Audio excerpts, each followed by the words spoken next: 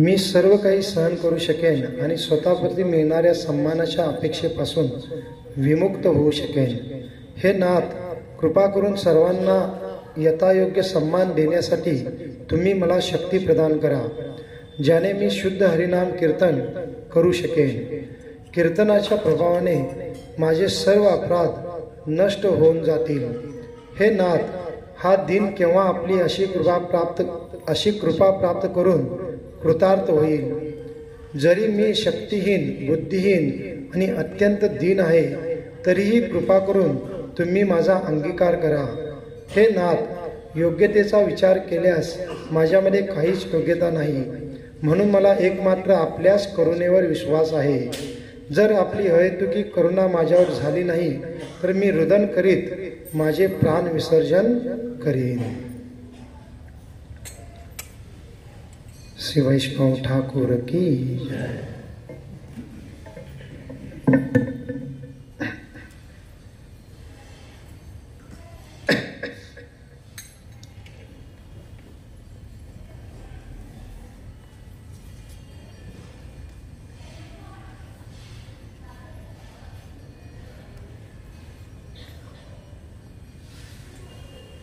गुरुदेव कृपा बिंदु दिया, करो ये दासे, तू नापेक्षा हटीना.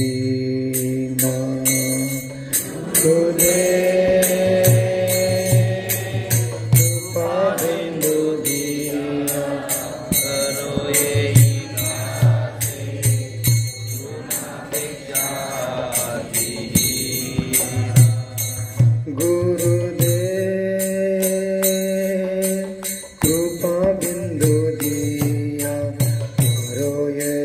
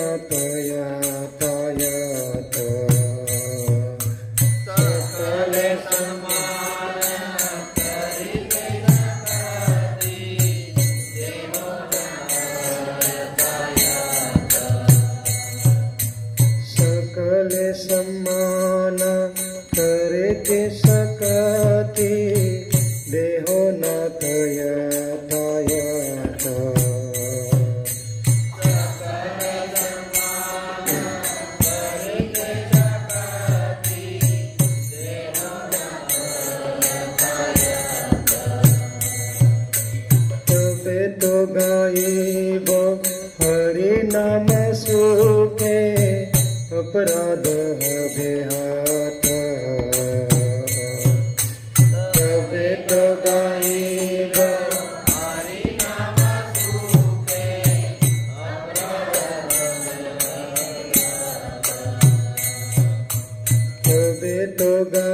जीव हरि नाम सुके अपराध बेहद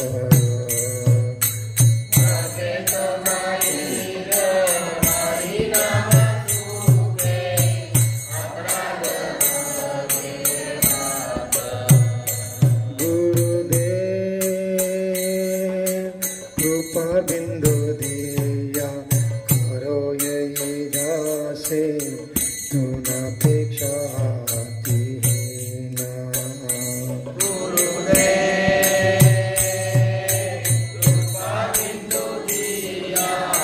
करो यही दासे तुनापेक्षा तबे है न कृपा लभियाए जन कृतार्थ होई देनाथ कृपा लभियाए जन कृतार्थ होई शक्ति बुद्धिहीन आम्ही अति दीन करो मोर आत्मसात शक्ति बुद्धिहीन आम्ही अति दीन करो मोर आत्मसात गुरुदेव कृपा बिंदु दिया करो यही दासे तुनापेक्षा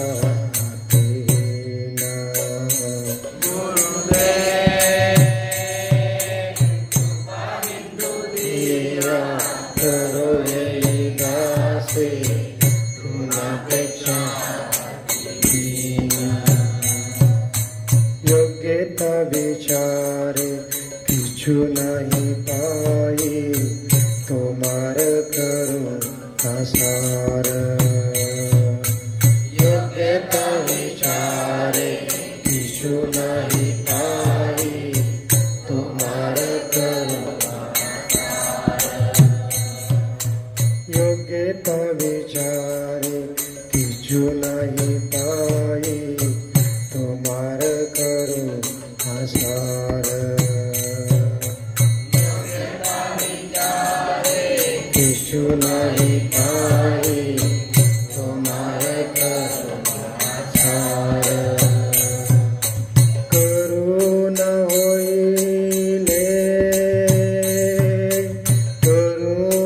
होइले कांदिया कांदिया प्राण नरक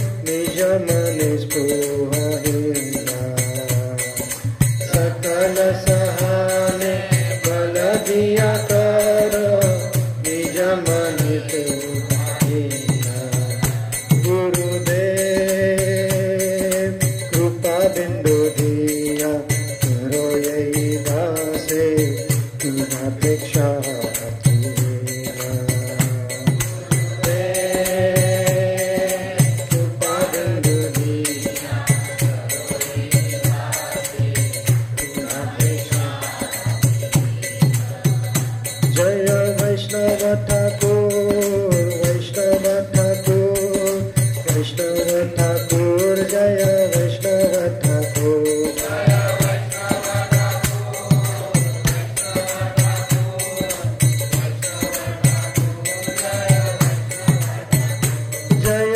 वैष्णव ठाकुर वैष्णव ठाकुर वैष्णव ठाकुर जय वैष्णव ठाकुर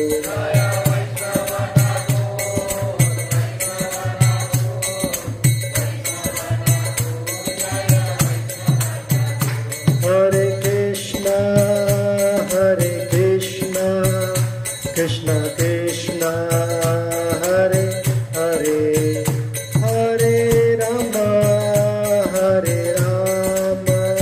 राम राम हरे हरे हरे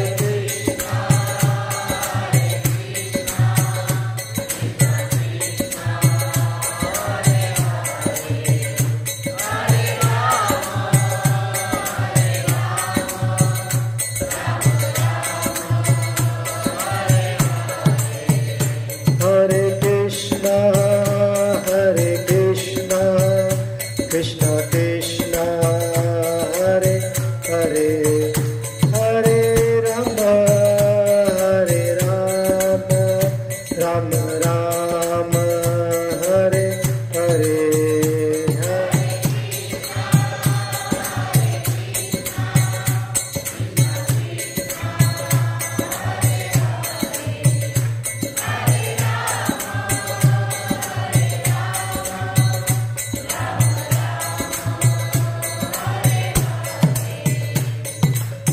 गोविंद जय जय गोपाल जय जय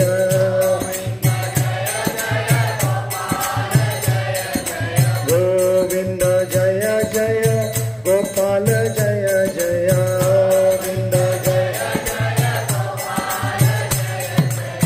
गोविंद जय जय गोपाल जय जय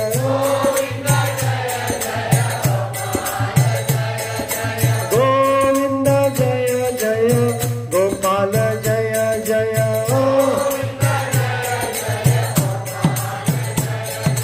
गोविंद जय जय गोपाल जय जय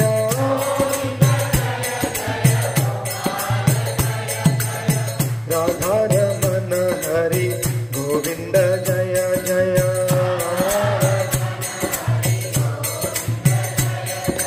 राधा रमन हरि गोविंद जय जय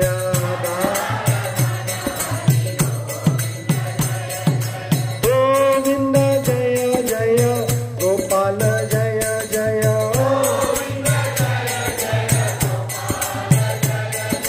गोविंद जय जय गोपाल जय जय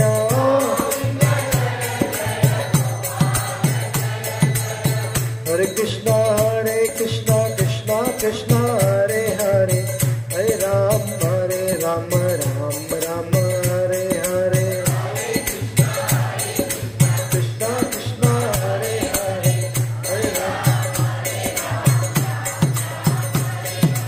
हरे कृष्णा कृष्णा कृष्णा हरे हरे हरे राम राम राम हरे हरे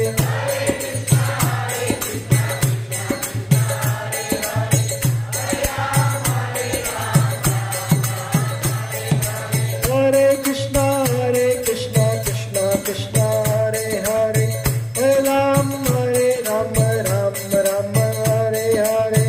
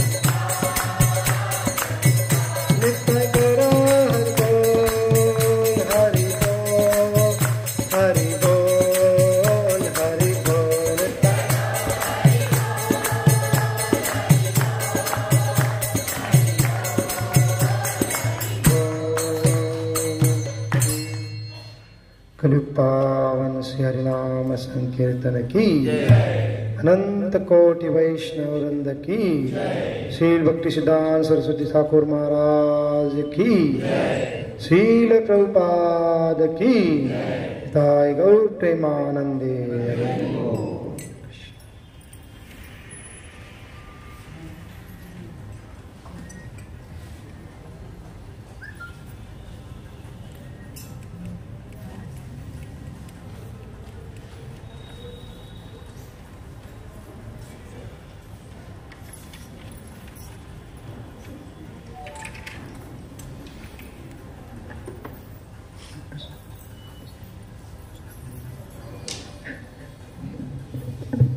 सर्वांनी हात जोडून म्हणा, ओम नमो भगवते वासुदेवाय। ओम नमो भगवते वासुदेवाय। ओम नमो भगवते वासुदेवाय।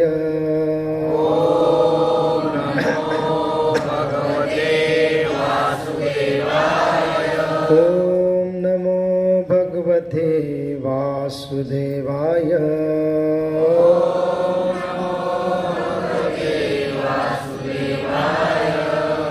नमो विष्णुपादाय कृष्णपृष्ठाय भूतले श्रीमते भक्तिवेदांत स्वामी इति नामिने।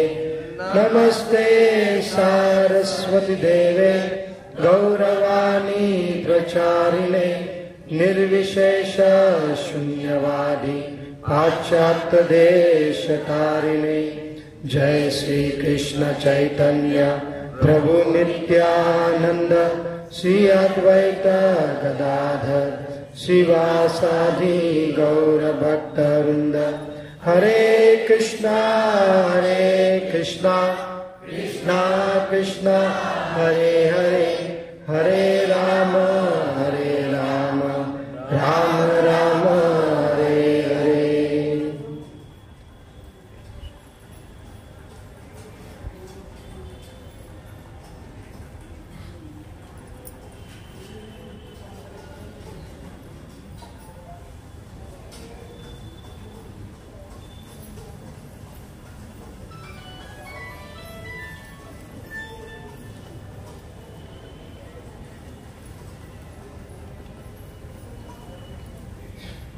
हरे कृष्ण।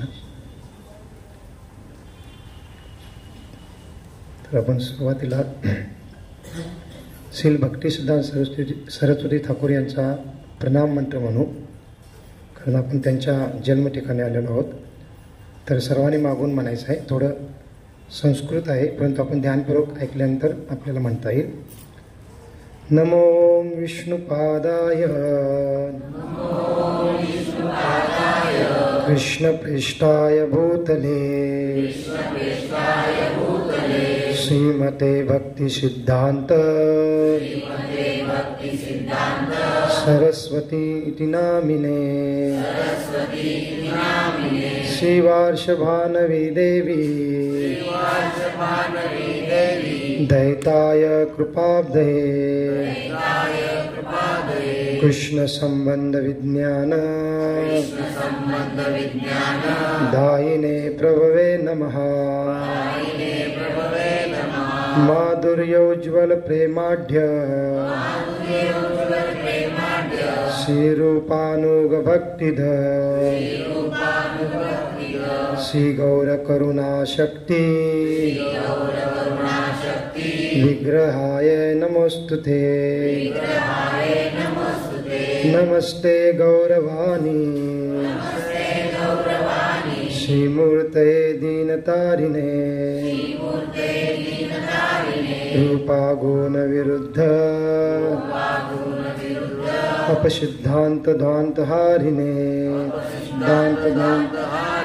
श्री भक्ति सिद्धांत सरस्वती ठाकुर महाराज श्री प्रभुपाद की जय।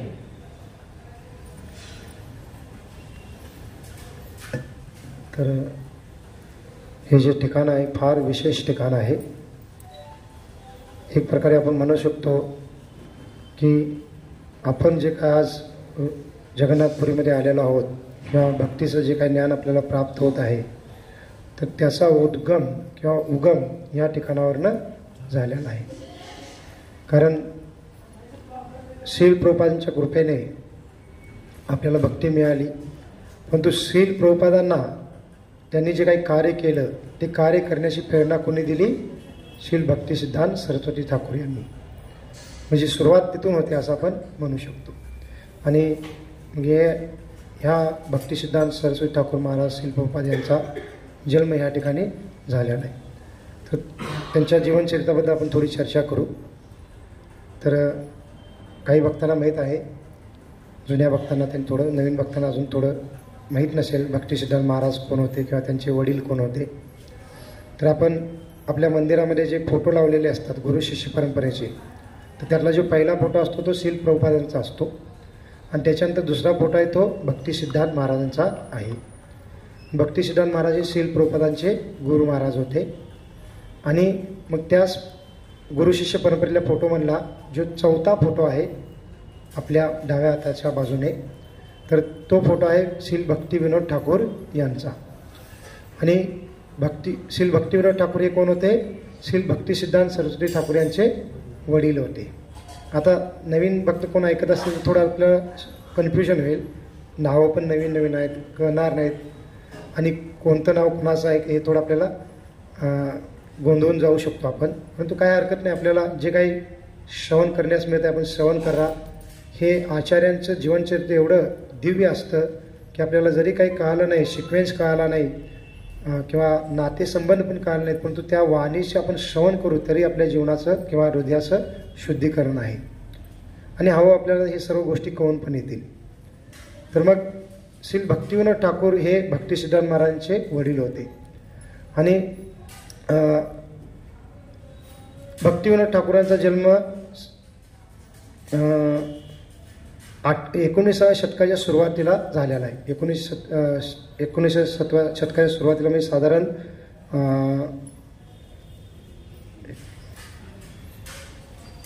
1838ला भक्तिविनोद ठाकूर यांचा जन्म झाला होता. आणि भक्तिविनोद ठाकूर हे एक चांगल्या धनाढ्य कुटुंबातून, ज्यादा धनाढ्य नाही परंतु चांगल्या एक स्थितीमध्ये असलेल्या कुटुंबामध्ये त्यांचा जन्म झाला होता. आणि ते बंगाल प्रांतामध्ये राहत होते. आणि लहानपणापासून त्यांनी उच्च शिक्षण प्राप्त केलं. त्यावेळेला ब्रिटिशांचा कालावधी आपल्या भारतावर राज्य करत होता. आणि हे भक्तिविनोद ठाकूर, त्यांचं लहानपणीचं नाव होतं केदारनाथ दत्त. आणि त्यांनी मग लहानपणापासून जे ब्रिटिशचं जे शिक्षण प्रणाली होती त्या पद्धतीने त्यांनी शिक्षण घेतलं. आणि नंतर पुढे जाऊन ते काय बनतात, ब्रिटिश कालावधीमध्ये डिस्ट्रिक्ट मॅजिस्ट्रेट बनतात. म्हणजे कोण? जिल्हा न्यायाधीश. आणि ब्रिटिश कालावधीमध्ये भारतीय व्यक्तींना एवढं मोठं पद कधीही दिलं जात नव्हतं. भारतीय व्यक्ती साधारणतः म्हणजे कारकून म्हणा, क्लार्क म्हणा, शिपाई म्हणा, असंच पद सरकारी जॉबमध्ये दिलं जात होतं ब्रिटिशांच्याद्वारे. आणि उच्च जे पद आहेत ते सर्व ब्रिटिश लोकच भूषवत होते. परंतु भक्तिविनोद ठाकूर इतके बुद्धिमान आणि इतके फार विद्वान होते की त्यांच्या विद्वत्तेमुळे ब्रिटिश लोकांनी त्यांना हे पद प्रदान केलं, डिस्ट्रिक्ट मॅजिस्ट्रेट. त्याच्या अगोदर ते म्हणजे सामान्य एक धार्मिक कुटुंबातून आले होते, त्यामुळे त्यांना आध्यात्मिक ज्ञानाबद्दल उत्सुकता होती. वेगवेगळे ते आध्यात्मिक ग्रंथ पण वाचत होते. एवढंच नाही तर त्यांनी इतर धर्माचं ज्ञान जाणून घेण्याचा पण प्रयत्न केला. बायबल पण त्यांनी वाचलं, कुराण वाचलं भक्तिविनोद ठाकूरांनी. आणि ह्या जिज्ञासेपोटी वेगवेगळे ग्रंथ वाचत असताना त्यांना चैतन्य महाप्रभूंची शिकवण जी आहे त्याच्यावर आधारित जे ग्रंथ आहेत ते ग्रंथ वाचण्यासाठी प्राप्त झाले. आणि जेव्हा चैतन्य महाप्रभूंच्या शिकवणीवर आधारित आपल्या आचार्यांचे, पूर्ववर्ती आचार्यांचे ग्रंथ त्यांना मिळाले, त्यांनी त्याचं अध्ययन केलं, तेव्हा त्यांना कळालं की चैतन्य महाप्रभूंनी दिलेलं जे काही ज्ञान आहे किंवा सिद्धांत आहे हा सिद्धांत काय सर्वोच्च आहे. आणि त्यांनी विचार केला की हे ज्ञान योग्य स्वरूपात समाजामध्ये प्रसारित केलं गेलं पाहिजे. परंतु काय होतं, त्या 19व्या शतकाच्या दरम्यान जे चैतन्य महाप्रभूंच्या नंतरचा जो संप्रदाय, म्हणजे त्यांच्या नंतर जे त्यांचे फॉलोअर्सच्याद्वारे जो संप्रदाय पुढे चालू ठेवला गेला होता, तर काळाच्या ओघामध्ये त्या संप्रदायामध्ये भरपूर विकृती आल्या होत्या. विकृती म्हणजे काय की गौडे संप्रदायाचे आम्ही अनुयायी असं लोक म्हणत होते, परंतु भरपूर अनैतिक कार्य पण करत होते. आता आपल्या संप्रदायामध्ये तर 4 नियमांचं कठोर पालन करण्यासाठी सांगितलं जातं. परंतु असे बरेच आम्ही चैतन्य महाप्रभूचे अनुयायी असं म्हणून घेत होते स्वतःला. मग ते ओडिशा प्रांतामध्ये पण होते आणि बंगाल प्रांतामध्ये पण होते. आणि काय करायचे, सहजिया भावाचं सहजिया भावाचं अनुकरण करायचे. सहजिया म्हणजे काय, की आम्ही फार श्रेष्ठ भक्त झालेलो आहे, आम्हाला आमचं स्वरूपस्थिती कळालेली आहे, आम्ही भगवंताच्या धामामध्ये गोपी आहे, मी गोप आहे, अशा पद्धतीने ते पेहराव करून काय करायचे, रासलीलेचं अनुकरण करायचे. आणि त्याच्यामध्ये परस्त्रीचं पण काय करायचे, सण करायचे, नशापान करायचे, बरेच काही चुकीची गोष्टी करायची. आणि इकडं स्वतःला चैतन्य महाप्रभूंचे अनुयायी ते म्हणवून घ्यायचे. आणि त्यामुळे त्या कालावधीच्या दरम्यान जो हा वैष्णव समुदाय होता, गौडे वैष्णव समुदाय, तो फार काय झाला होता, म्हणजे अपमानित किंवा काय म्हणू शकतो आपण त्यांना, म्हणजे त्यांचा सन्मान त्यांनी गमावून बसले होते. समाजामध्ये त्यांना फार निम्न प्रतीचं मानलं जात होतं. म्हणजे समाजातील जे उच्चवर्णीय आहेत किंवा उच्च शिक्षित लोक आहेत त्यांच्याद्वारे गौडे संप्रदायाच्या लोकांना एकदम निम्न मानलं जायचं. ब्रिटिश लोक पण त्यांना एकदम निम्न मानायचे, की हे काय करतात, आध्यात्मिक साधना करतात असं दाखवतात, पण भरपूर काही अनैतिक कार्य करतात. मग केदारनाथ दत्त जे होते, जे भक्तिविनोद ठाकूर, त्यांना फार दुःख वाटतं की चैतन्य महाप्रभूंची शिकवण इतकी श्रेष्ठ आहे, परंतु त्यांचे जे काही असे अनुयायी आहेत, तथाकथित अनुयायी आहेत, ते काय करतायत, त्याचं फार चुकीच्या पद्धतीने काय करतायत, पालन करतायत. आणि त्यांनी निर्धार केला की आपण काय करू, चैतन्य महाप्रभूंची शिकवण चांगल्या पद्धतीने पुन्हा समाजामध्ये स्थापित करू. आणि त्यासाठी त्यांनी कार्य सुरू केली. आणि ते डिस्ट्रिक्ट मॅजिस्ट्रेट होतेच, मग त्यांना थोडं सरकारी काय अधिकार होते, आणि त्या अधिकाराचा वापर करत ते कार्य करू लागले. आणि भक्तिविनोद ठाकूर इतके म्हणजे तपस्वी होते, गृहस्थ होते. त्यांची एक पत्नी होती, पहिली पत्नी होती, त्यांचा देहत्याग झाला. पहिल्या पत्नीपासून त्यांना 3 मुलं होती. त्याच्यानंतर दुसरा विवाह त्यांनी केला, त्या पहिल्या पत्नीचा देहत्याग झाल्यानंतर. दुसऱ्या पत्नीचं नाव होतं भगवती. तर त्यांच्यापासून त्यांना 10 मुले झाली, म्हणजे एकूण किती मुले, 13 मुले. 13 मुलं होते आणि डिस्ट्रिक्ट मॅजिस्ट्रेट होते एवढं, आणि भरपूर सरकारी त्यांच्या जिम्मेदारी होत्या. तरी पण त्याच्यातून वेळ काढून ते काय करायचे, भरपूर प्रचार कार्य करायचे. का, कारण चैतन्य महाप्रभूंचं ज्ञान योग्य स्वरूपात प्रस्तुत केलं गेलं पाहिजे. आणि एवढंच नाही तर रात्रभर जागून ग्रंथ पण लिहायचे. आपण बऱ्याच वेळेला भक्तिविनोद ठाकूरांची दिनचर्येवर पण चर्चा केलेली आहे. त्यांच्या मुलांनी त्यांच्या दिनचर्येवर, त्यांच्या जीवनावर आधारित ग्रंथ लिहिलेला आहे, आणि त्याच्यामध्ये त्यांनी दिनचर्या दिलेली आहे. तर भक्तिविनोद ठाकूर फक्त दिवसातून 2.5 तास झोपत होते. 8ला झोपायचे संध्याकाळी आणि 10ला उठायचे, आणि 10 पासून सकाळी 4 वाजेपर्यंत रात्रभर ग्रंथ लिहायचे. आणि हे 1-2 दिवस नाही, रोज त्यांचं असं शेड्यूल होतं. आणि 4ला पुन्हा थोडं एक स्नॅप, म्हणजे काय म्हणतात, लहानची एक झोप घेण्यासाठी एक अर्धा तास झोपायचे, 4 ते 4:30 पहाटेचं. पुन्हा उठून स्नान करून जप करायचे. म्हणजे बरीच मोठी त्यांची ती दिनचर्या, आता आपण इथं नाही सांगणार, पण तो सांगण्याचा उद्देश काय, की 2-2.5 तास फक्त झोपायचे आणि या सर्व जिम्मेदाऱ्या पूर्ण करत, ग्रंथ लिखाण करत पण, आणि भरपूर प्रचार करायचे. आणि त्या दरम्यानच मग त्यांचं जी बदली आहे ते ह्या ठिकाणी झाली. डिस्ट्रिक्ट मॅजिस्ट्रेट आहेत वेगवेगळ्या बंगाल प्रांतामध्ये, ओडिशा प्रांतामध्ये, ते बंगाल प्रांत किंवा ओडिशा प्रांतामध्ये त्यांचं पोस्टिंग होत होतं.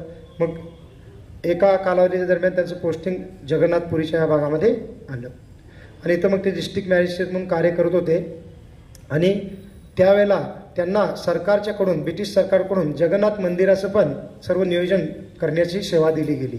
कारण भक्तिविनोद ठाकूर इतके बुद्धिमान होते की ते जिल्हा न्यायाधीश असल्यामुळे जेव्हा ते न्यायालयामध्ये जायचे, तर जे फार विद्वान ब्रिटिश लोक आहेत, जे त्यांच्यापेक्षा उच्च पोस्ट असणारे जज होते, ते जज काही केसेस 1-2 तास लागायचे त्यांना सोडवण्यासाठी.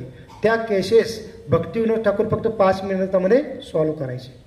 का, कारण आध्यात्मिक ताकद असल्यामुळे, साधना केल्यामुळे आध्यात्मिक ताकद असल्यामुळे ते जे काही त्यांच्यासमोर केस येत आहेत त्यांचं थोडंसं चर्चा ऐकून त्यांना पूर्णतः ते समजू शकत होते. कारण ही एक अंडरस्टँडिंग किंवा एक प्रकारची एक ती सामर्थ्य, सक्षमता भक्तांमध्ये येत असते. आणि त्यामुळे भक्तिविनोद ठाकूर 5-5 मिनिटाला म्हणजे त्या केसेस सॉल्व्ह करायचे. आणि त्यामुळे ब्रिटिश लोकांना त्यांच्यावर फार विश्वास होता. आणि म्हणून त्यांनी जगन्नाथ मंदिराचं पण नियोजन त्यांच्याकडे दिलं. का, कारण त्यावेळेला जगन्नाथ मंदिराचं जे काही नियोजन करणारे पंडा होते, पुजारी होते, आणि त्यावेळेचे इथले जे राजा होते ते पण फार भ्रष्ट झाले होते. बरेच काही चुकीची कार्य करत होते मंदिरच्या नियोजनाच्या बाबतीत. आणि त्यावेळी भक्तिविनोद ठाकूरांना ते कार्य दिलं आणि भक्तिविनोद ठाकूरांनी इथं राहत असताना मग ते इथंच राहत होते. हे जे आपण ठिकाण आहे ह्या ठिकाणी त्यांचं घर होतं आणि इथंच ते वास्तव्य करायचे आणि इथून सर्व ते नियोजन करायचे. आणि जगन्नाथ मंदिराचं पूर्ण त्यांनी चांगल्या पद्धतीने नियोजन सुरू केलं. म्हणजे भोग व्यवस्थित लागले गेले पाहिजे, व्यवस्थित प्रमाणामध्ये ते भोग बनवले गेले पाहिजे, व्यवस्थित संख्येमध्ये बनले पाहिजे, सर्व काही त्यांनी चांगल्या पद्धतीने नियोजन केलं. आणि म्हणलेलं आहे जेव्हा भक्तिविनोद ठाकूर इथं राहत होते आणि सर्व नियोजन पाहू लागले तर त्यांना आढळून आलं की इथला जो राजा होता त्यावेळेचा तो फार थोडा म्हणजे योग्य भावनेचा नव्हता. आणि त्यांनी काय केलं होतं, जगन्नाथ मंदिरमध्ये जे काही हुंडीमध्ये काही दानधर्म येतो किंवा काही लोक वस्तू दान करतात त्याच्यामध्ये बरंच काही त्यांनी काय केलं होतं स्वतःसाठी वापरलेलं होतं. आणि हे जेव्हा भक्तिविनोद ठाकूरांना कळतं तर ते तर जिल्हा न्यायाधीश पण होते. मग ते काय करतात, पहा इथले ते राजा होते आणि ब्रिटिश कालावधीच्या वेळेला आता राजपद जरी भारत सरकारने सर्वांचं नामधारी राजा बनवलं आहे तरी पण अजून पण राजांना भरपूर मानसन्मान मिळतो स्थानिक संस्थानिकांना. आणि ब्रिटिश कालावधीमध्ये आणखीन त्यांना अधिकार होते. परंतु भक्तिविनोद ठाकूर इतके निर्भय आणि धाडशी होते, ते काय करतात, राजाला पण शिक्षा देतात. कोणती शिक्षा देतात तर त्यांना विशेष कालावधी सांगतात, एवढ्या महिन्यासाठी तुम्ही काय करायचं, जगन्नाथजींना रोज जो काही भोग लावले जात आहे 56 भोग 8 वेळेला ते सर्व भोग तुमच्या वतीने लावले जातील, त्याचा खर्च सर्व तुम्ही द्यायचा. आणि बरेच काही त्यांना मग दंड म्हणून पण त्यांच्याकडून लक्ष्मी घेतली गेली. मग त्यावेळेला राजा फार क्रोधित झाला की हा एक साधारण जिल्हा न्यायाधीश आहे, कारण राजासमोर ते साधारण नाही आणि हा काय करत आहे माझ्या विरोधात असं कार्य करत आहे, म्हणून राजा क्रोधित होतो. परंतु राजा पण काही करू शकत नव्हता कारण सरकारने त्यांना अधिकार दिले होते बरेच भक्तिविनोद ठाकूरांना. मग राजा काय करतो, ब्लॅक मॅजिकचा उपयोग करतो, तंत्रविद्या. आणि ह्या भागात बंगाल ओडिशा भागामध्ये हे भरपूर चालतं. आणि हे काही अंधश्रद्धा नाही, वास्तविक ज्याला ते ज्ञान असेल तर ते त्या पद्धतीने त्रासदायक कार्य करू शकतात. मग त्यांनी काय केलं, काही तांत्रिक लोकांना बोलवून भक्तिविनोद ठाकूरांच्या वर काही काळाजारू करण्यासाठी काही विधी सुरू केली त्यांच्या महलामध्ये, त्यांना मारण्यासाठी म्हणून.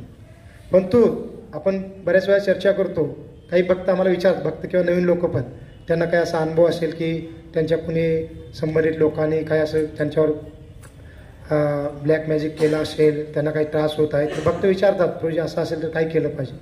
तर आपल्याला अशी बरेच उदाहरणं आहेत आपल्या भक्तांच्या आचार्याच्या बाबतीत. भक्तांनी अशा गोष्टीमध्ये घाबरण्याची आवश्यकता नसते, कारण जो कोणी हरिनाम घेत आहे, भागवतम भगवद्गीतेचं वाचन श्रवण करत आहे, भक्तीचे कार्य करत आहे, त्याच्यावर कोणत्याही वाईट शक्तीचा परिणाम होत नाही. भगवंत त्यांचं रक्षण करत असतात. आणि त्यामुळे हे शुद्ध भक्त आहेत, साधना भक्ती करत आहेत, फार भगवंताची सेवा करत असल्यामुळे त्या ब्लॅक मॅजिकचा प्रभाव यांच्यावर काही झाला नाही. परंतु ब्लॅक मॅजिकचं काय एक असतं की आपण एखाद्या दुसऱ्या व्यक्तीवर काही त्रास होण्यासाठी काही कार्य करू आणि ती शक्ती त्याच्यावर प्रभाव टाकू शकली नाही तर ती शक्ती काय करते, ज्यांनी त्याला उत्पन्न केलेलं आहे त्यालाच काय करते, नष्ट करते.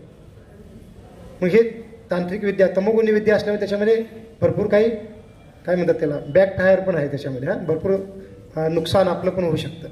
मग त्याच्यामध्ये काय होतं की भक्तिविनोद ठाकूरांना काय होत नाही, पण त्यांनी जी काही शक्ती निर्माण केली त्याचा प्रभाव त्या राजावरच उलटा होतो आणि त्याचा मुलगा काय होतो, मृत्यू पावतो. आणि राजा तेव्हा फार दुःखी होतो. त्याला कळतं राजाला की भक्तिविनोद ठाकूर फक्त त्यांना सरकारीच अधिकार नाहीत तर त्यांचं आध्यात्मिक फार मोठं सामर्थ्य आहे. मग हे राजांना ते कळतं आणि त्यावेळेला राजा पण मग थोडं शांत होतात किंवा ते विरोध करणं सोडून देतात. मग हे का सांगत आहोत, कारण भक्तिविनोद ठाकूर जे भक्ती सिद्धांत महाराजांचे वडील होते ते पण साधारण नव्हते. आणि म्हणून आपल्या गुरु शिष्य परंपरेमध्ये भक्तिविनोद ठाकूरांना 7वे गोस्वामी म्हणलं जातं. कारण आपण षड गोस्वामींचा आपण उपासना करतो, रूप गोस्वामी, सनातन गोस्वामी, रघुनाथ भट्ट गोस्वामी, रघुनाथ दास गोस्वामी, गोपाल भट्ट गोस्वामी, जीव गोस्वामी, यांना आपण षड गोस्वामी म्हणतो. आणि ते फार तपस्वी जीवन जगत होते वृंदावनमध्ये असताना. तसंच भक्तिविनोद ठाकूर एक ग्रस्त असून पण फार तपस्वी जीवन जगत होते, फक्त 2-2.5 तास झोपत होते. आणि त्यामुळे त्यांना आपल्या संप्रदायामध्ये 7वे गोस्वामी पण म्हणलं जातं. मग आता इथं ते राहत होते, सर्व प्रचाराचं कार्य बघत होते, आपलं सरकारी जॉबचं पण कार्य बघत होते, कौटुंबिक सर्व जिम्मेदारी पण निभावत होते. आणि त्यांच्या मनामध्ये वाटायचं की हे चैतन्य महाप्रभूचं कार्य प्रसारित करण्यासाठी माझं स्वतःचं एकट्याचं सामर्थ्य पुरेसं नाही आहे. आणखीन भगवंतांच्या पार्षदांची आवश्यकता आहे, भक्तांची आवश्यकता आहे. आणि म्हणून भक्तिविनोद ठाकूर काय करतात, जसं काल आपण जगन्नाथ मंदिरमध्ये गेलो होतो आणि मंदिरच्या आपण परिक्रम मार्गामध्ये एक विशेष मंदिराचं दर्शन केलं. त्या मंदिराचं नाव काय आहे, विमला देवी मंदिर. हां, सगळ्यांनी आपण आज जाऊन दर्शन केलेलं आहे. ते मंदिर फार विशेष आहे. ते कोणतं मंदिर आहे, पार्वती मातेचं मंदिर आहे. आणि भगवंतांनी जगन्नाथजींनी पार्वती मातेला विशेष स्थान दिलेलं आहे त्यांच्या मंदिरामध्येच. कशासाठी, कारण पार्वती मातेने तपस्या करून जगन्नाथजींचा भोग प्रसाद महाप्रसाद त्यांना प्राप्त व्हावा यासाठी वरदान प्राप्त केलेलं आहे. ती चर्चा आपण नंतर करू त्या लीलेशी. पण तू विमलादेवी तिथं वास करत आहेत आणि जगन्नाथजींचा प्रसाद त्यांना भोग लावलेला आहे. पहिला कोणाला लावला, नंतर नेला जातो, विमलादेवींना नेला जातो. मग भक्तिविनोद ठाकूर काय करतात, विमलादेवींना प्रार्थना करतात, भगवंतांना पण प्रार्थना करतात, विमलादेवींना पण प्रार्थना करतात की मला असा पुत्र प्राप्त होऊन दे जो काय करेल, चैतन्य महाप्रभूंच्या आंदोलनाचं काय करेल, पूर्ण जगामध्ये प्रसार करेल. असं ते प्रार्थना करत होते नेहमी. आणि मग काय होतं, 1876 मध्ये 1874 मध्ये मग इथंच भक्तिविनोद ठाकूरांच्या कुटुंबामध्ये त्यांची पत्नी भगवतीच्या गर्भातून कोणाचा जन्म होतो, भक्ती सिद्धांत महाराजांचा जन्म होतो. तर तारीख काय म्हणलेलं आहे, 6 फेब्रुवारी 1874. तर या दिवशी भक्ती सिद्धांत महाराजांचा जन्म झाला आणि जन्मापासूनच त्यांची विशेष लक्षणे दिसत होती. तर सांगितलेलं आहे, जेव्हा त्याचा जन्म झाला भक्ती सिद्धांत महाराजांचा, तर लहान बालक जेव्हा जन्मतं तर त्याच्या नाभीतून नाळ जोडलेली असते मातेच्या गर्भामध्ये. तर जेव्हा त्यांचा जन्म झाला होता, ते जन्मले, आईच्या गर्भातून बाहेर आले, तर त्यांची जी नाळ होती ती कशी होती, जसं जे विद्वान भक्त असतात किंवा ब्राह्मण असतात किंवा उच्चवर्णीय असतात, ते काय करतात, जनेऊ घालत असतात आपल्या शरीरावर. तर त्या जनेवाप्रमाणे ती नाळ काय होती, त्यांच्या शरीराला लपेटलेली होती. आणि जेव्हा त्यांना मग त्या नाळेपासून वेगळं केलं गेलं तर त्यांच्या शरीरावर जन्मापासूनच जनेऊसारखं काय होता, वर्ण होता. आणि त्याचबरोबर आणखीन बरेच महान व्यक्तीची लक्षणं त्यांच्या शरीरामध्ये होती. जसं शास्त्रामध्ये एखादा महान व्यक्तीची लक्षण सांगितलेले आहेत, त्यांचे हात लांब असतात, आणखीन असे वेगळे, नाभी त्यांची फार घन म्हणजे खोल असते, हात फार लांब असतात, त्यांचे चरण पण फार लांब असतात, किंवा त्यांची मान असते ती लांब असते. अशी काही वेगवेगळी लक्षणं सांगितलेली आहेत एका विशेष व्यक्तिमत्वाची. ती सर्व लक्षणं भक्ती सिद्धांत महाराजांच्या शरीरामध्ये लहानपणापासूनच होती. आणि त्यांचा जन्म झाल्या भक्तिविनोद ठाकूरांना हृदयातूनच वाटलं की मी जी प्रार्थना करत होतो भगवंतांनी विमला देवींना, ती प्रार्थना पूर्ण झालेली आहे. आणि हाच तो पुत्र आहे ज्याच्याद्वारे काय होईल, चैतन्य महाप्रभूंचं आंदोलन पुढे नेलं जाईल. आणि म्हणून भक्तिविनोद ठाकूर त्या पुत्राचं नाव काय ठेवतात, विमल प्रसाद. मग भक्ती सिद्धांत महाराजांचं लहानपणीचं नाव काय होतं, विमल प्रसाद. का, कारण विमला देवींच्या कृपेने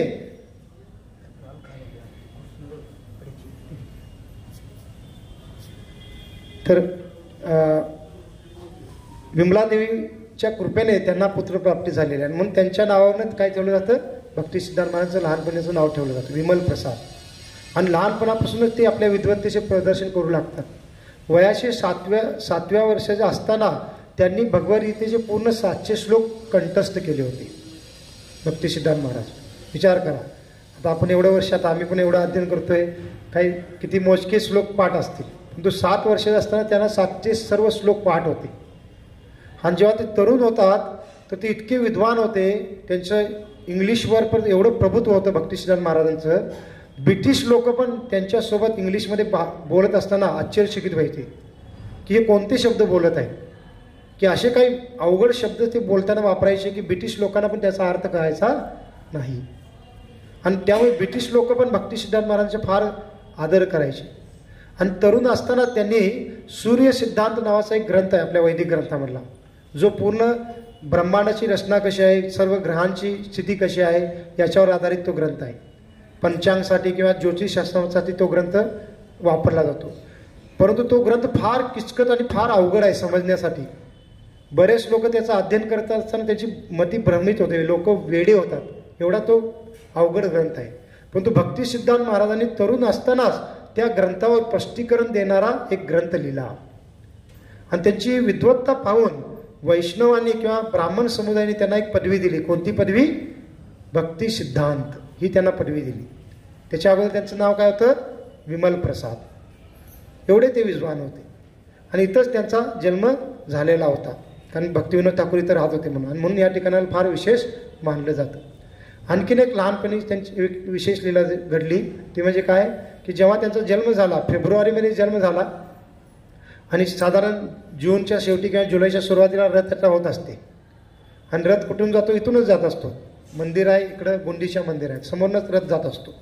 आता भक्तिविनोद ठाकूरांना हृदयाचं माहीत होतं की हा तो पुत्र आहे ज्या पुत्रासाठी मी प्रार्थना केली होती. परंतु त्या दिवशी काय झालं, ज्या दिवशी रथयात्रा होत होती, भगवंताचा जगन्नाथजींचा रथ इथं आला भक्तिविनोद ठाकूरांच्या घरासमोर आणि तो रथ तिथंच थांबला. तिथून पुढे जातच नव्हता. भरपूर कितीही वटलं, किती मागून ढकललं, हजारो लोक लागलेले आहेत, तरी पण रथ हलत नव्हता. आणि बराच वेळ तो रथ हलतच नव्हता. मग भगवंत लीला करतात. रथयात्रेच्या वेळेला असे बऱ्याच लीला झालेल्या आहेत की विशेष भक्तांना दर्शन देण्यासाठी, विशेष भक्तावर काही कृपा करण्यासाठी भगवान काय करतात? रथ थांबवतात. चैतन्य महाप्रभूच्या लीलेमध्ये पण झालेला आहे. रथ थांबल्यानंतर राजा प्रतापरुद्र मोठमोठ्या शक्तिशाली पैलवानांना बोलवतात, तरी रथ हलत नाही. मग त्याच्यानंतर भरपूर हत्तींना आणलं जातं, तरी पण रथ हलत नाही. ठीक. श्री राधा गोपाल की जय. श्री जगन्नाथ बलदेव सुभद्रा महारानी की जय. ठीक आहे, दर्शन करू आणि आपण इथं उठू नका, तिथूनच दर्शन करा जेवढ्याने उठून जाताना आपण आणि दर्शन करू. आता उघडं राहील ते भोग लावलेले म्हणून बंद होतं. ठीक आहे.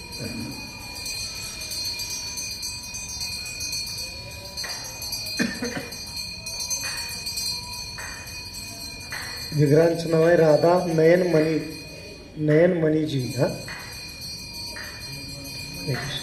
श्री राधा नयनमणीजी भगवान की जय. ठीक आहे, आरती चालत राहील त्यांची, आपण चर्चा सवाल करू. तर मग काय झालं की रथ थांबलेला होता आणि बरेच प्रयत्न करून काय होत नाही, रथ हलत नाही. मग शेवटी भगवती ज्या माता होत्या, भक्तिसिद्धांत महाराजांच्या माता, त्या भक्तिविनोद ठाकूरांना म्हणतात की रथ इथंच थांबलेला आहे, तुम्ही काय करा, आपल्या पुत्राला तिथं घेऊन जावा, जगन्नाथजींचं दर्शन होईल, तसं आपण लहान मुलांना घेऊन जातो. मग भक्तिविनोद ठाकूर ठीक आहे म्हणतात आणि जे छोटेसे विमल प्रसाद आहेत त्यांना घेऊन जातात. किती 5-6 महिन्याचे आहेत आणि जगन्नाथजींच्या चरणावर ठेवतात. आणि जसं जगन्नाथजींच्या चरणावर त्यांना ठेवलं जातं तर जगन्नाथजींच्या गळ्यामध्ये असणारा मोठा हार, आता जगन्नाथजींचं स्वरूप फार मोठं आहे आणि हार पण फार मोठा असतो, तर तो हार काय होतो, जगन्नाथजींच्या गळ्यातून तुटतो आणि बरोबर विमल प्रसाद छोटे जे बालक आहेत त्यांच्या चरणावर ठेवलेले, भगवंताच्या चरणावर ठेवलेले, त्यांच्या अंगावर, त्यांच्या गळ्यामध्ये पडतो. आणि हे जेव्हा पाहतात भक्तिविनोद ठाकूर, त्यांना पूर्णतः आणखी खात्री होते की हेच ते आचार्य आहे, भविष्यामध्ये काय करणार, चैतन्य महाप्रभूंचा आंदोलन पुढे नेणार आहे. आणि त्याला फार आनंद होतो. आणि जसं मग विमल प्रसादांचं दर्शन होतं भगवंतांना आणि त्यांना खाली रथामध्ये आणलं जातं, रथ पुन्हा सुरू होतो. म्हणजे भगवंत पण एक प्रकारे आपले शुद्ध भक्त आलेले आहेत, त्यांना दर्शन देण्यासाठी थांबले होते.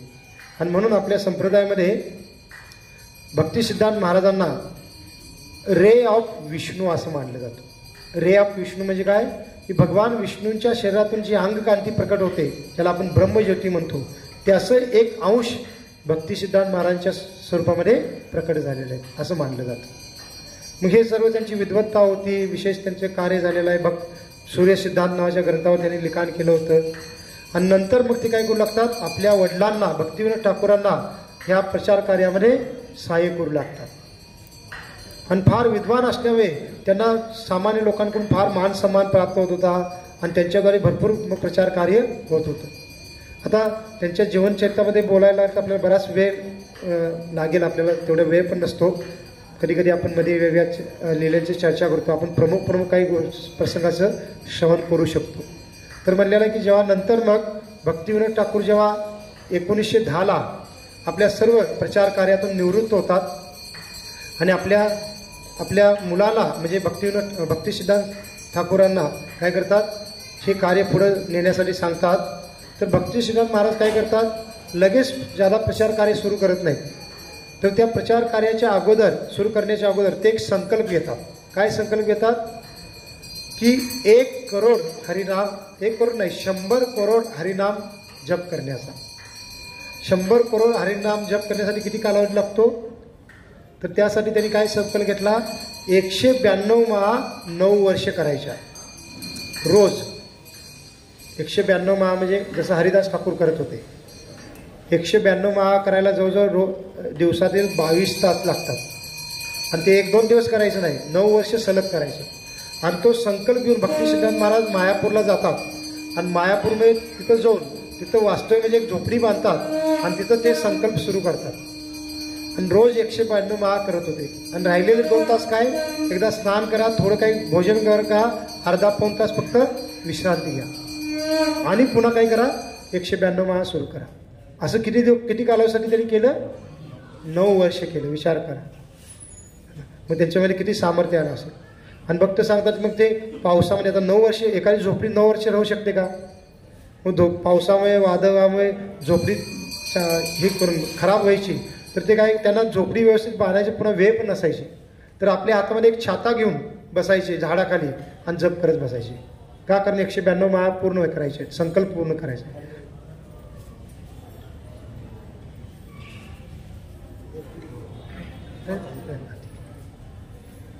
ते सर्वांना प्राप्त झालं. तर मग 1919ला मग त्यांचे ते संकल्प पूर्ण झाला, 1910 पासून 19 पर्यंत. आणि त्याच्यानंतर मग त्यांनी प्रचार कार्य सुरू केलं. आणि मग जसं प्रभुपादांनी इस्कॉनची स्थापना केली, तसं भक्तिसिद्धांत महाराजांनी कोणत्या आंदोलनाची स्थापना केली, गौडीय मठ.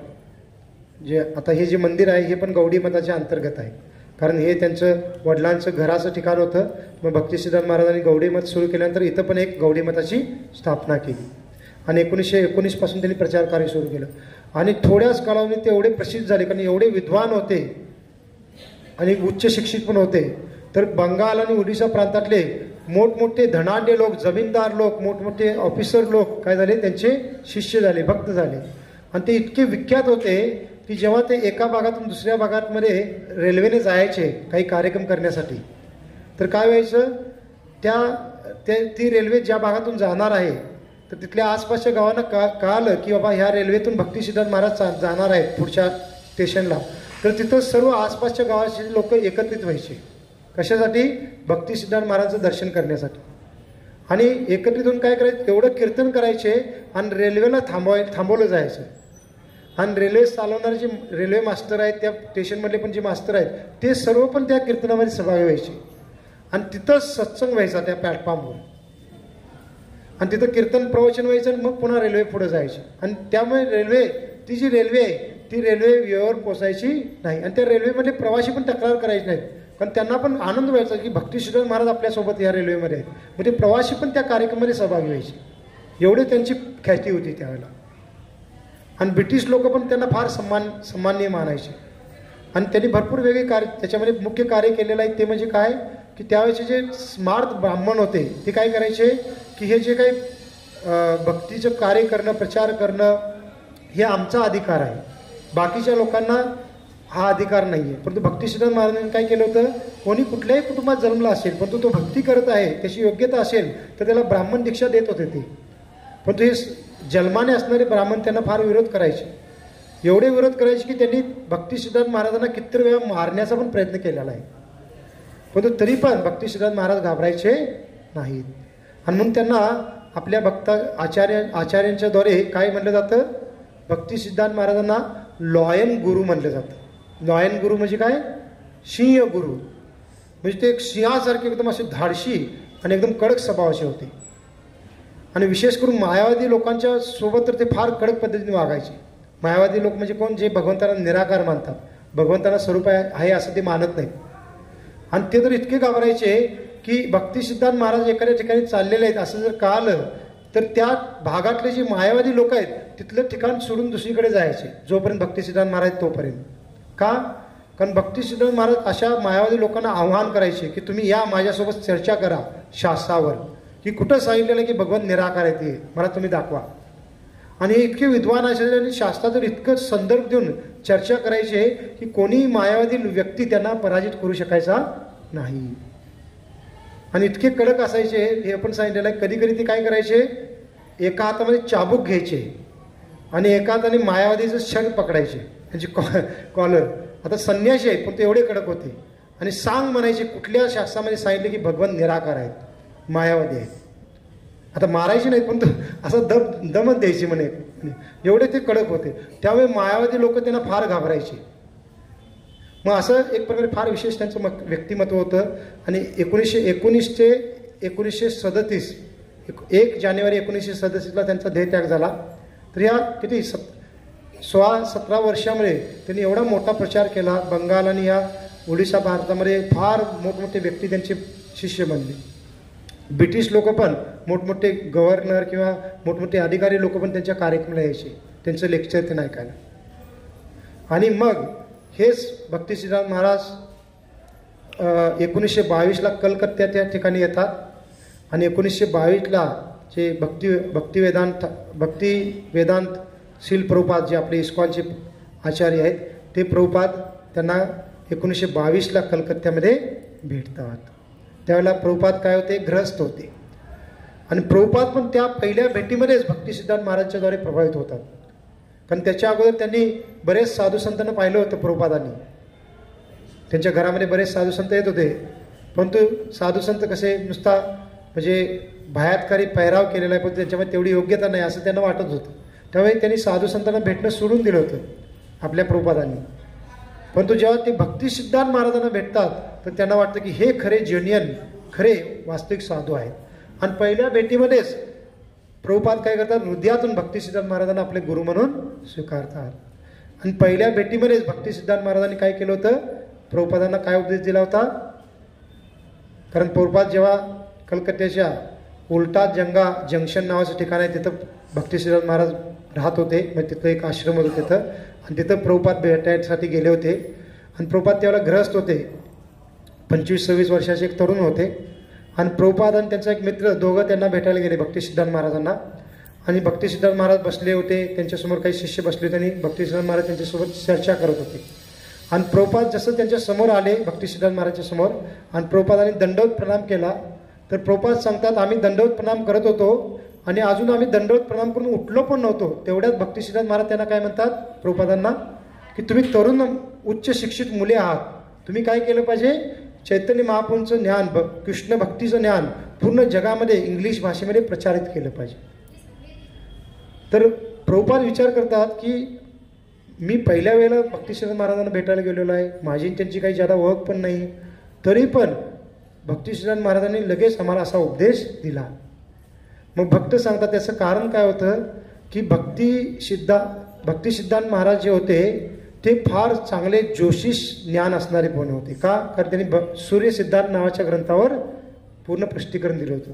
त्यामुळे त्यांना व्यक्तीला पहिल्या सांगता येत होतं.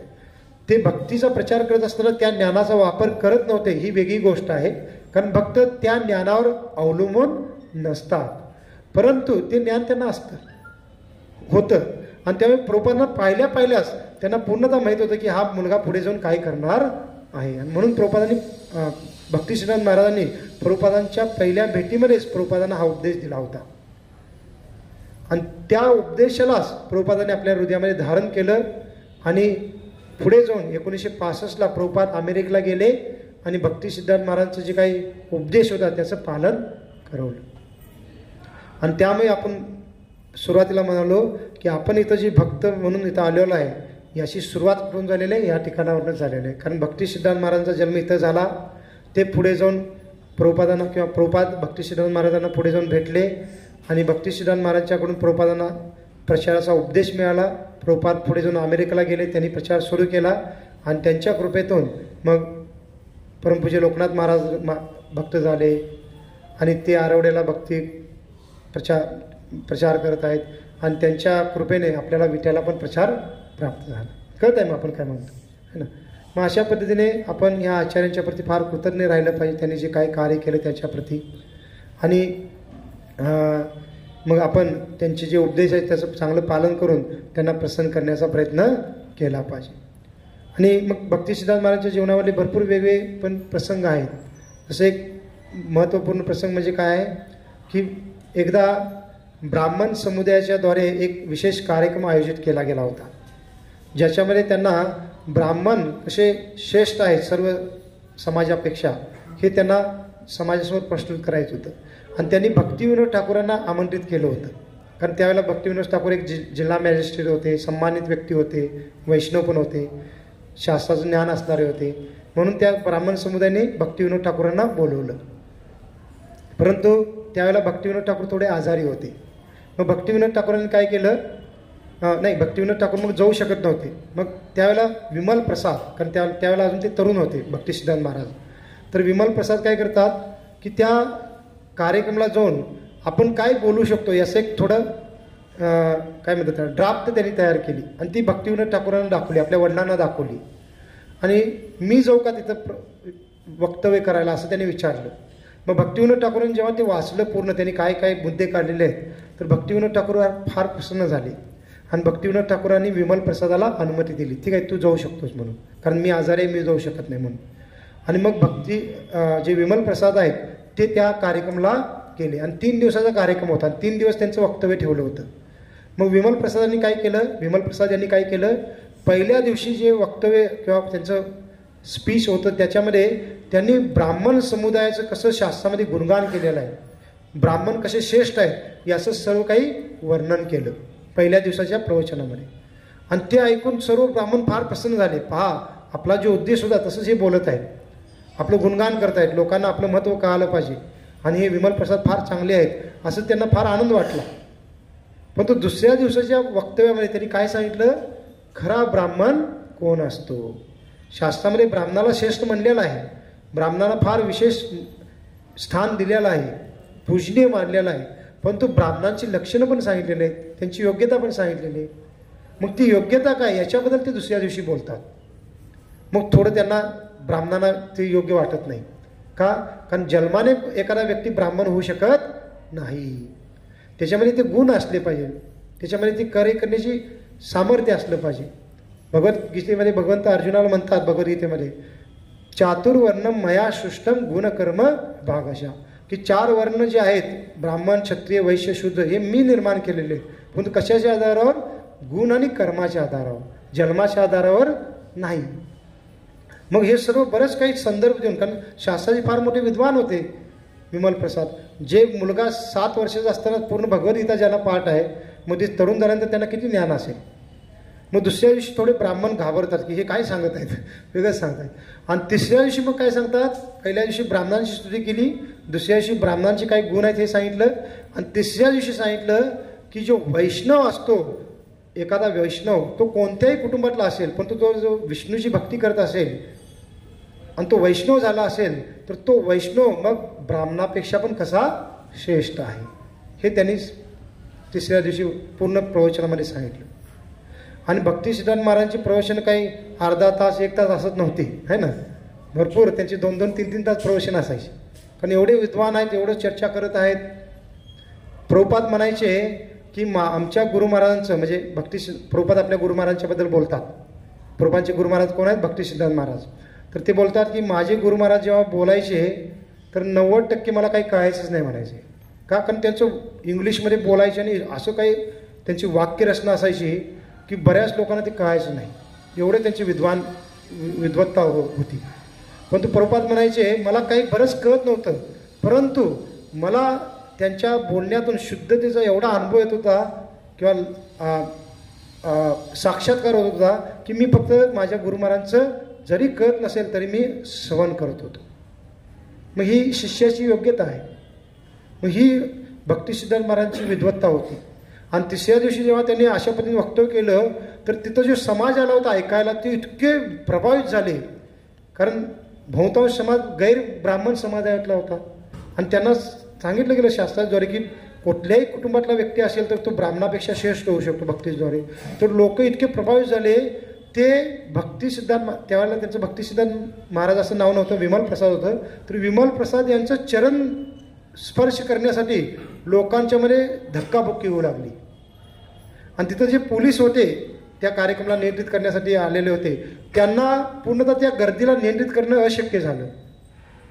आणि शेवटी काय झालं की त्या पोलिसांनी काय केलं, भक्तिसिद्धांत महाराजांना उचलून तिथून इतर ठिकाणी घेऊन गेले. आणि काय केलं, भक्तिसिद्धांत महाराज म्हणजे विमल प्रसाद होते, त्यांचं चरण प्रक्षालन केलं पाण्याने. आणि ते चरण जल होतं ते बाहेर घेऊन आले. आणि सर्व जे म्हणजे पब्लिक होतं, एवढं फार ज्यादा संख्येमध्ये होतं, त्यांना सांगितलं की सर्वांना चरण स्पर्श करण्याची संधी मिळणार नाही, शक्य नाही आहे, परंतु हे चरण जल आहे त्यांचं, आणि हे चरण जल आम्ही सर्वांच्यावर शिंपडतो आणि तुम्ही काय करा, शांत व्हा. आणि ते चरण जल सर्वांच्यावर शिंपडले गेलं. आणि त्यावेळेला सर्व काय झालं, समुदाय शांत झाला. एवढे प्रभावशाली त्यांचं व्यक्तिमत्व होतं भक्तिसिद्धांत महाराजांचं. आणि असे भक्तिसिद्धांत महाराज प्रभुपादांना गुरु म्हणून लाभले. आणि पहा ही कशी लिंक आहे. जसं भक्तिविनोद ठाकूर, जसं सुरुवातीला मी सांगितलं, भक्तिविनोद ठाकूर इथं राहत असताना त्यांनी बरेच वेगवेगळे ग्रंथ लिहिले होते आणि 100पेक्षा ज्यादा त्यांनी ग्रंथ लिहिले होते. आता मी थोडं पुढं मागं व्हायले, पण आपण लक्षात ठेवा, जुन्या भक्तांना कन्फ्युजन होईल. भक्तिविनोद ठाकूर कोण आहेत, भक्तिसिद्धांत महाराज कोण आहेत, प्रभुपाद कोण आहेत, हे थोडं आपल्याला कन्फ्युजन होईल, परंतु पुन्हा पुन्हा ऐकल्यानंतर आपल्याला कळून येऊ शकतं. मग भक्तिविनोद ठाकूर जेव्हा इथे राहत होते आणि वेगवेगळे ग्रंथ लिहित होते, तर 1896ला त्यांनी एक ग्रंथ लिहिला होता. त्या ग्रंथाचं नाव होतं लाईफ आणि प्रिसेप्ट ऑफ चैतन्य महाप्रभू, म्हणजे जीवन आणि चैतन्य महाप्रभूंचं जीवन आणि शिकवण, हे त्यांनी ग्रंथ लिहिला होता. आणि तो ग्रंथ इंग्लिश भाषेमध्ये भक्तिविनोद ठाकूरांनी लिहिला होता. त्याच्यामुळे चैतन्य महाप्रभूंचं जीवनचरित्र आणि शिकवण सर्व दिली होती. आणि तो ग्रंथ त्यांनी विदेशातल्या वेगवेगळ्या देशांमध्ये पण पाठवला होता, इथून युरोपियन देशांमध्ये किंवा वेगवेगळ्या देशांमध्ये. का, कारण त्याचा उद्देश काय होता की हे ज्ञान पूर्ण जगामध्ये प्रसारित झालं पाहिजे. आणि त्या ग्रंथामध्ये भक्तिविनोद ठाकूरांनी 1896ला लिहिलं होतं, काय लिहिलं होतं की लवकरच एक चैतन्य महाप्रभूंचा सेनापती भक्त प्रकट होईल आणि तो काय करेल, पूर्ण जगामध्ये चैतन्य महाप्रभूंच्या ज्ञानाचा प्रचार करेल. हे कोणी लिहिलं होतं, भक्तिविनोद ठाकूरांनी 1896ला लिहिलेल्या ग्रंथामध्ये लिहिलं होतं. आणि शील प्रभुपादांचा पण जन्म कोणत्या साली झालेला आहे, 1896 साली झालेला आहे. म्हणजे आपण पाहू शकतो की भक्तिविनोद ठाकूरांनी जी भविष्यवाणी दिली होती ती सत्य झाली, की ते ग्रंथ लिहिल्यानंतरच काही कालावधीमध्ये प्रभुपादांचा जन्म कलकत्त्यामध्ये झाला होता. आणखीन एक भविष्यवाणी भक्तिविनोद ठाकूरांनी त्या ग्रंथामध्ये केली होती की येणाऱ्या काही वर्षानंतर असं दिवस येतील की पूर्ण जगातील लोक, पाश्चात्य जगतातील लोक, युरोपियन लोक काय करतील, मायापूरमध्ये येऊन काय करतील, एकत्र येऊन जय सच्चिनंदन जय सच्चिनंदन म्हणत कीर्तन करतील, चैतन्य महाप्रभूंच्या नावाचा जयघोष करतील. ही भविष्यवाणी त्यांनी त्या ग्रंथामध्ये केली होती.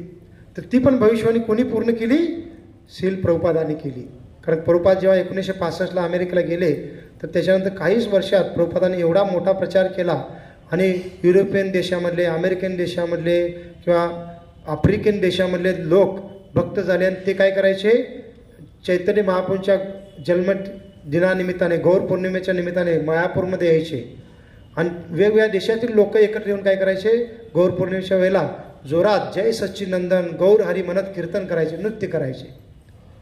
आणि ती भविष्यवाणी 1896लाच भक्तिविनोद ठाकूरांनी त्या ग्रंथामध्ये केली होती.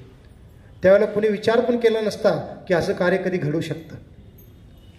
तर हे सर्व आपले आचार्य आहेत. म्हणून आपल्याला फार अभिमान असला पाहिजे की आपण अशा गुरु शिष्य परंपरेमध्ये आहोत.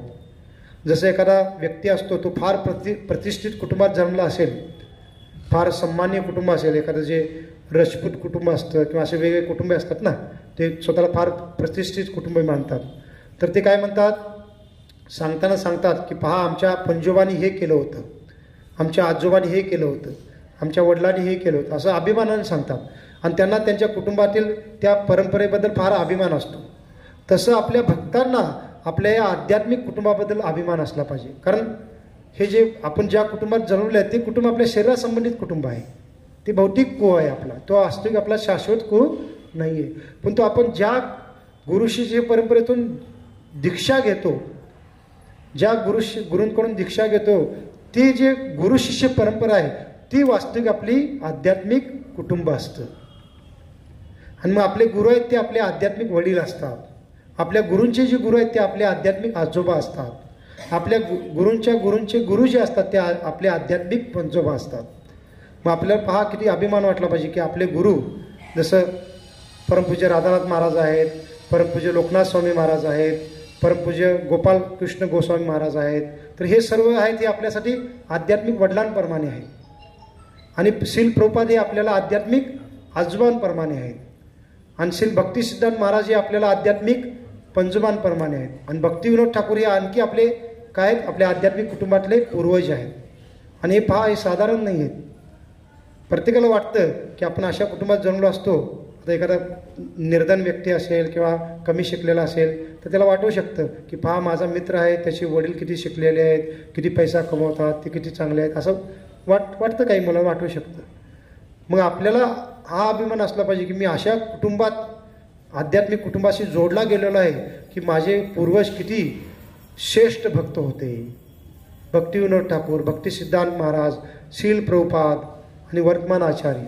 आणि त्याच्या अगोदर पण मग बलदेव विद्याभूषण आहेत, विश्वनाथ चक्रवर्ती ठाकूर आहेत, श्रीनिवास आचार्य आहेत, नरोत्तम दास ठाकूर आहेत, षड गोस्वामी आहेत, चैतन्य महाप्रभू आहेत. तर ही आपली एकदम फार काय म्हणतात की सन्माननीय किंवा प्रभावशाली अशी गुरुशिष्य परंपरा आहे. आणि त्याच्याबद्दल आपल्याला अभिमान वाटला पाहिजे. आणि मग जसं एखादा व्यक्ती माझी परंपरा जसं म्हणतो की माझ्या पूर्वजांनी एवढं श्रेष्ठ कार्य केलेलं आहे तर मी पण त्यांचे अनुसरण केलं पाहिजे. मी त्यांच्या नावाला कालिमा लावला नको पाहिजे असं म्हणतात ना स्वतःला. तसं आपण विचार केला पाहिजे की आपण आपले आचार्य एवढे श्रेष्ठ होते, एवढं त्यांनी साधना केलेले आहे, कष्ट घेतलेले आहे, तपस्या केलेली आहे, तर त्यांचं आपण वंशज आहोत. तर त्यांचं थोडं ना थोडं अनुसरण करून आपण काय केलं पाहिजे, त्यांच्या कुळाला सन्मानित केलं पाहिजे. असा भाव आपला असला पाहिजे. आणि मग आपण पण भक्ती करून चांगल्या पद्धतीने कृष्ण भावनेमध्ये, कृष्ण प्रेमामध्ये प्रगती करण्याचा प्रयत्न केला पाहिजे. आणि त्यांनी जसं प्रचार कार्य केलं तसं आपण पण करण्याचा प्रयत्न केला पाहिजे. मग ते हे ठिकाण आहे म्हणून एक फार विशेष ठिकाण आहे. भरपूर अनेक कथा आहेत पण आता वेळ आहे नाही, आपण पुढे जायचं आहे आपल्याला. तर आपण इथं भक्ती सिद्धांत महाराजांना प्रार्थना केली पाहिजे, भक्तिविनोद ठाकूरजींना पण प्रार्थना केली पाहिजे की त्यांनी जसं भगवंताच्या भक्तीचं कार्य केलं, प्रचारांचं कार्य केलं, तर त्यातला छोटासा अंश त्यांनी आपल्याला प्रदान करू, जेणेकरून आपण पण भगवंतांना प्रसन्न करू शकू, आपल्या गुरु महाराजांना प्रसन्न करू शकू आणि बद्ध जीवांची चांगल्या पद्धतीने सेवा करू शकू. सर्वांनी 2 मिनिटं डोळे झाकून हात जोडून मनोमन भक्ती सिद्धांत महाराजांचं स्मरण करून प्रार्थना करायची. प्रार्थना ही नाही करायची की माझ्या व्यवसायामध्ये काय अडचण आहे ती दूर होऊ दे, माझ्या मुलाला जॉब नाही तो जॉब लागू दे, माझ्या घरामध्ये काही प्रॉब्लेम्स आले ते दूर होऊ दे, माझा आजार बरा होऊ दे, ह्या प्रार्थना करायच्या नाही.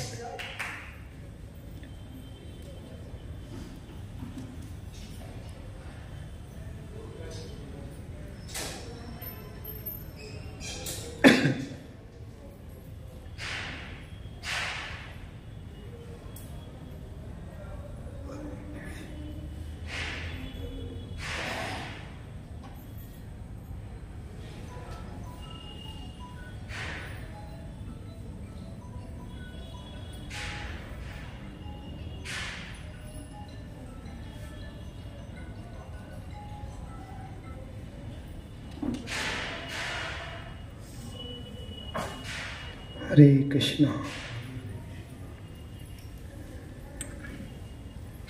तर जाता जाता आणखीन एक वैष्णव गीत गाऊ आपण, कारण हे ठिकाण फार महत्त्वपूर्ण आहे. आपण वैष्णवांचं गुणगान केलं पाहिजे. आहे आपल्याला वेळ भरपूर आहे, पुढे पण आपण वेळेमध्ये पोहोचू, काही प्रॉब्लेम नाही.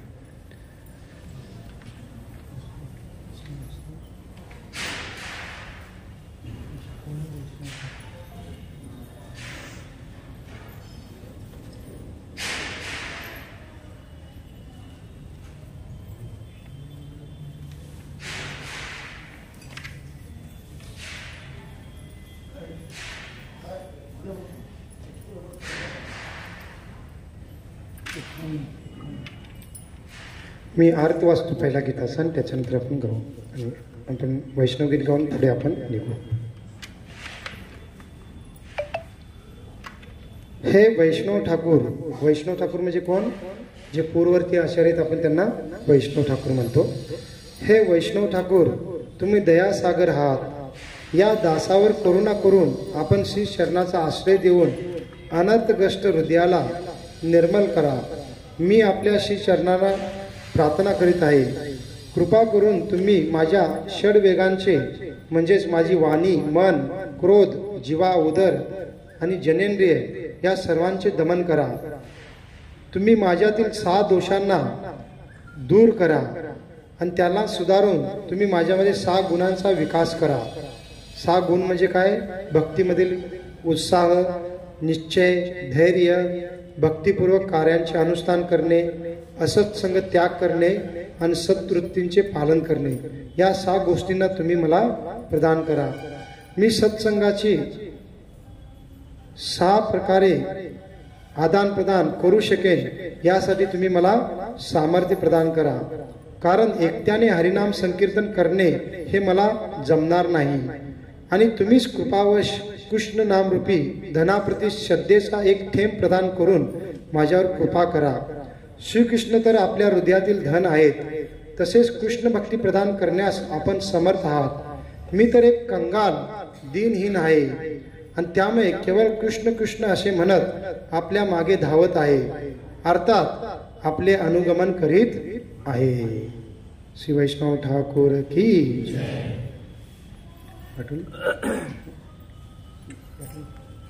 ठीक आहे, आपल्या मोबाईलमध्ये व्हॉट्सअपमध्ये बघत आपण म्हणण्याचा प्रयत्न करा.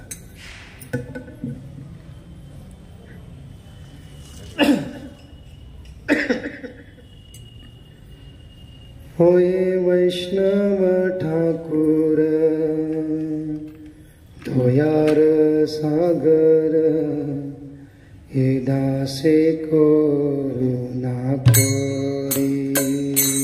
होय वैष्णव ठाकूर धोयार सागर, हे दासे करुणा कोरी. होय वैष्णव ठाकूर धोयार सागर, हे दासे करुणा कोरी. होय वैष्णव ठाकूर धोयार सागर, हे दासे करुणा कोरी. दिया पद छाया शोधये अमार, तुमार चरण धोरी. दिया पद छाया शोधये अमार, तुमार चरण धोरी. दिया पद छाया शोधये अमार, तुमार चरण धोरी. दिया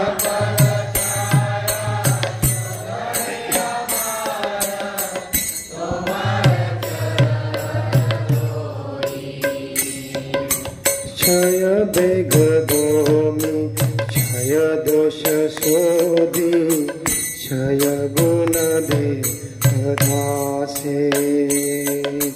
क्षय बेग भूमि, क्षय दोष शोधी, क्षय गुण दे दासे.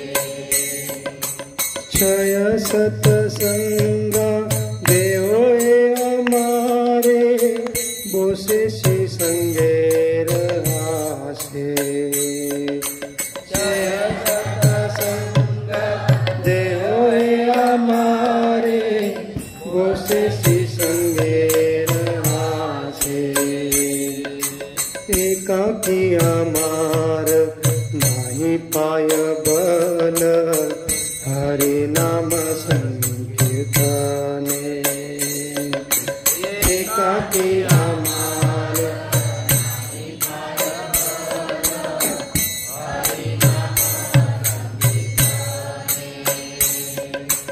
एकाकी हमार नाही पाय बल, हरि नाम संकीर्तने.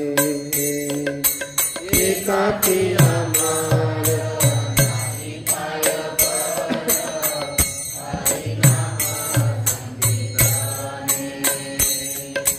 तुम्ही कृपा करी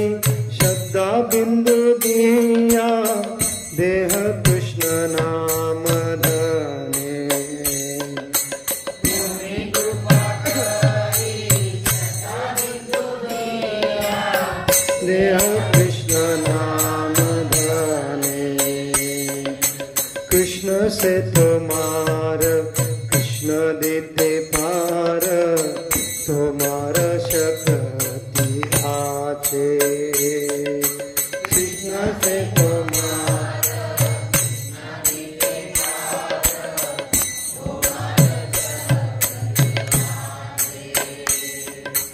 कृष्ण से तुम्हार कृष्ण देते पार, तुम्हार शक्ति आचे, कृष्ण से तुम्हार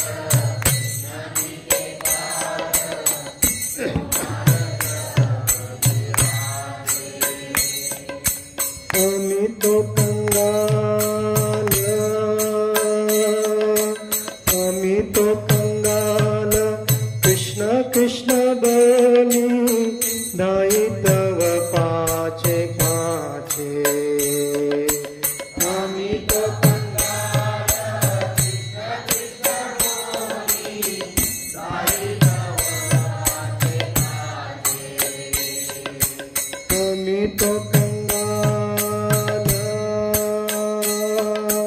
हमी तो कंगाल, कृष्ण कृष्ण बोली दाई तव पाचे पाचे, हमी तो कंगाल कृष्ण कृष्ण बोली दाई तव पाचे पाचे,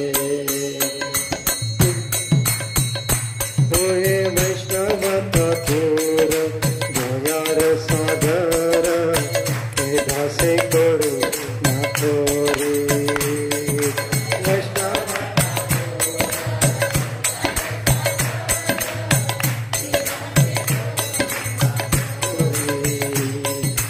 दिया पद छाया शोधे अमार, तुम्हार शरण हरि, दिया पद छाया शोधे अमार, तुम्हार शरण हरि, अमित कंगाल कृष्ण कृष्ण बोली दाई तव पाचे पाचे, अमित कंगाल कृष्ण कृष्ण बोली दाई तव पाचे पाचे, अमित कंगाल कृष्ण कृष्ण बोली दाई तव पाचे पाचे, अमित कंगाल कृष्ण कृष्ण बोली दाई तव पाचे पाचे, होए वैष्णव ठाकुर दयार सागर, दासे करो ना थोरी, वैष्णव ठाकुर दासे करो थोरी, होए वैष्णव ठाकुर, वैष्णव ठाकुर, वैष्णव ठाकुर जय, वैष्णव ठाकुर जय, वैष्णव ठाकुर, वैष्णव ठाकुर जय, जय वैष्णव ठाकुर, वैष्णव ठाकुर, वैष्णव ठाकुर जय, वैष्णव ठाकुर जय,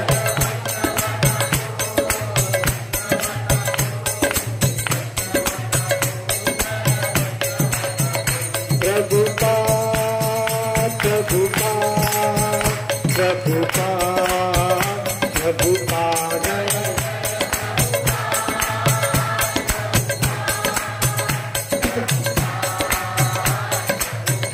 जय जय प्रभुपाद प्रभुपाद प्रभुपाद प्रभुपाद,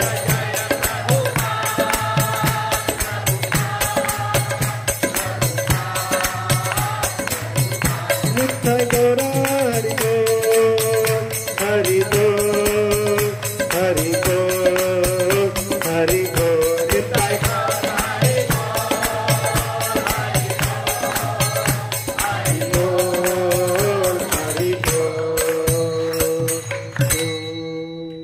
शिव वैष्णव ठाकुर की जय। शील भक्ति सिद्धांत सरस्वती गोस्वामी महाराज शील प्रभुपाद की जय। अनंत कोटि वैष्णव वृंद की जय। हृदय गौर प्रेमानंदे। हरि हरि बोल। तर पहा आता हे ठिकाण आहे, तर आपल्याला हे नवीन बांधकाम दिसतं। तर आपण नेहमी सांगतो की आपण धामामध्ये जेव्हा जातो तर वास्तू महत्वपूर्ण नसते, काय महत्वपूर्ण असतं, ठिकाण महत्वपूर्ण असतं। कारण बऱ्याच ठिकाणी आपण आता इथं तर चांगली बिल्डिंग आहे, बऱ्याच ठिकाणी आपण जातो एखादं विशेष ठिकाण आहे म्हणून, पण तिथं एखादी बिल्डिंग पडकी असते किंवा फार सामान्य तिथं वास्तू असते, त्यामुळे आपल्याला वाटेल की हे काय विशेष ठिकाण आहे। कारण आपण डोळ्याच्या द्वारे काय तर डोळ्याला आनंद प्रदान करणारं पाहतो तेव्हा आपल्याला आनंद मिळतो। मग आपण विदेशामध्ये किंवा अशा भारतामध्ये पण निसर्गरम्य ठिकाण आहे किंवा काही विशेष ठिकाण आहे तिथं जातो तर त्या वास्तू पाहून आपल्याला आनंद वाटतो। परंतु धामामध्ये काय असतं, वास्तू सामान्य असतील परंतु ठिकाण फार महत्वपूर्ण असतं। त्यामुळे इथं नंतर आता हे गौडी मठ बांधलेलं आहे, परंतु त्यावेळेला भक्तिविनोद ठाकूर राहत होते तेव्हा त्यांचं घरासारखं हे ठिकाण होतं आणि त्यामुळे हे ठिकाण फार महत्वपूर्ण आहे। आणि आता पुढे आपण सारुण भट्टाचार्यांच्या घरामध्ये जाऊ, तिथं पण सामान्य ठिकाण आहे परंतु जी वास्तू सामान्य आहे पण ठिकाण फार महत्वपूर्ण आहे। त्यामुळे आपण ठिकाणाला ते ठिकाणाची जी काही शक्ती आहे ती शक्ती प्राप्त करण्यासाठी जात असतो। त्यामुळे सर्व ठिकाणाला आपण असं विशेष मानलं पाहिजे। आणि पहा आपण आता दर्शन करा, दर्शन केल्यानंतर सर्वांनी काय करा, इथं सेवा करा। आणि इथंच नाही, आपण धाम आसामध्ये सर्व ठिकाणी सेवा केली पाहिजे, गृहस्थांचे कर्तव्य आहे ना।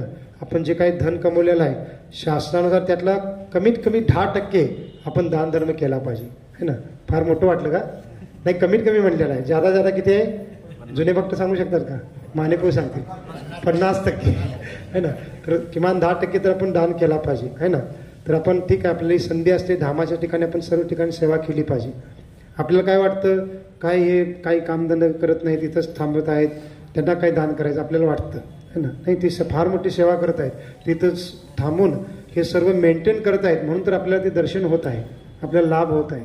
तर आपलं कर्तव्य आहे तिथं त्यांच्या सर्व मेंटेनन्ससाठी त्या सेवेसाठी आपण तिथं दान धर्म केला पाहिजे। तर सर्वांनी दर्शन करा, तिथं सेवा पण करा आणि प्रदक्षिणा करा मग एक इथून मंदिराला, आणि त्यानंतर आपण मग बाहेर निघू।